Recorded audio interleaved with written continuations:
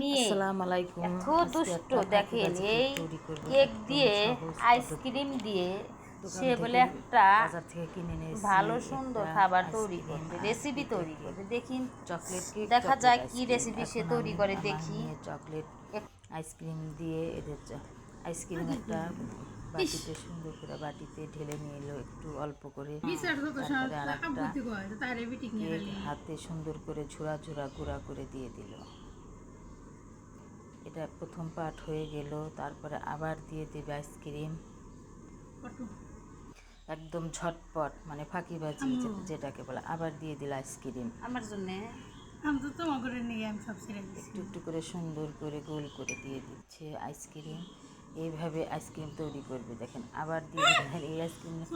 এই কেকটা নিয়ে আমার মেয়ে হাসতেছে যে কীরকম বের হয়েছে, একটু ফোড়া, ওটা হইতেছে বেশি ক্রিম দেওয়ার কারণে ওইটা হয়েছে। তারপরে আরেকটা পার্ট দিয়ে দিল, দিয়ে এখন দিয়ে দিব আবার আইসক্রিম। কেকের পরে আইসক্রিম দিলে দেখেন 4টা পার্ট হয়ে গেল।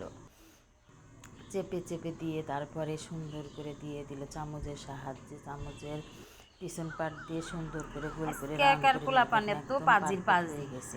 চকলেট আইসক্রিম আর হচ্ছে কেক দিয়ে সে আইসক্রিম চকলেট বানাইলো, আইসক্রিম কেক তৈরি করলো আমার মেয়ে। দেখছেন এখনকার মেয়েদের কি ব্রেন।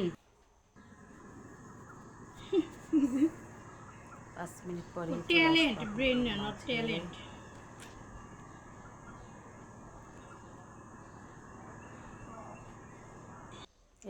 আমার হইতেছে 7টি মেয়ে, 7টি মেয়ের ছোট মেয়ে হলো এটা বানাইতেছে। তাহলে ভাবেন আমি 7 কন্যার মা, আমার 7টি রাজকন্যা, 7 খুবই মজা, খুবই লোভনীয় হয়েছিল। আমি 7। আসসালামু আলাইকুম।